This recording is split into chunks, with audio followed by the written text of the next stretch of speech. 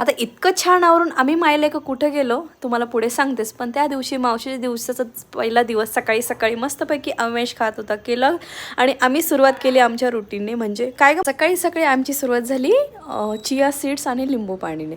आता लिंबू पाणी झालं, चिया सीड्स झालं आणि नाश्त्याची तयारी चालूच होती.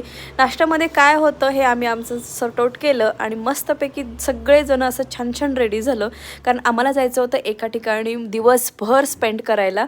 ते मी तुम्हाला सांगतेच. आणि माझा लुक एकदम मस्त, इवन मावशीचा आमचा सगळ्यांचा लुक एक नंबर होता. मस्तपैकी मावशीने गाडी काढली आणि आम्ही सगळे निघालो आमच्या दिशेने. तर आमचा आज प्लॅन होता रिसॉर्टवरती, जिथे की आम्ही आज दिवसभर मस्त एन्जॉय करणार होतो.